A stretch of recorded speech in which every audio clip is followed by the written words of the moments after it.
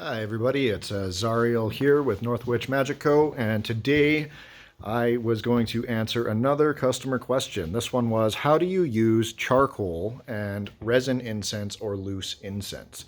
So I'm just going to give you a quick breakdown and rundown of how I do it and a couple things I recommend you get, and I will show you here in a second. Okay, so here I've got my favorite charcoal. The one I like the most is the Swift Light charcoal. The reason being is that it is self-igniting. I will show you what I mean by that in a minute here.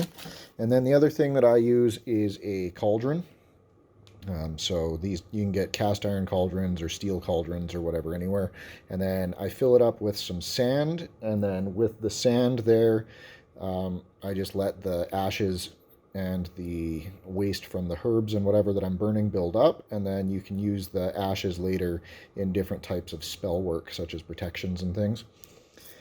So that being said, I've got this here.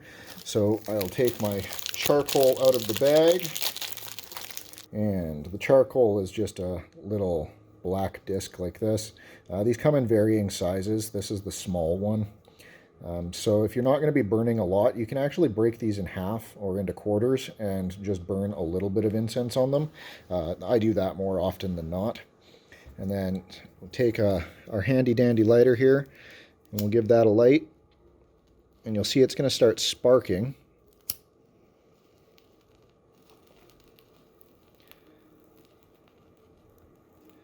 Just let that burn for a few more seconds here. Now if I hold this up here, if this will focus, you can see it's actually sparking across. So what you want to do is you just want to wait until that sparks completely across. Oh, and see, it can explode, so it's always good as soon as you light it to put it into your cauldron, because this stuff burns super, super hot. And then we're just going to let this burn all the way across on its own. It's self-igniting right now. And then when you're doing that, you just find your favorite incense and use that. It's the Hour of the Sun here at Northwich headquarters, so I'm going to be burning some herbs for the sun. There's some good ones in here in the Rose and Raven Protection incense bundle. She's got specific herbs in here that correspond to the sun and prosperity and abundance, as well as protection. So it's a good blend to use during the Hour of the Sun or on the Day of the Sun, whichever you prefer.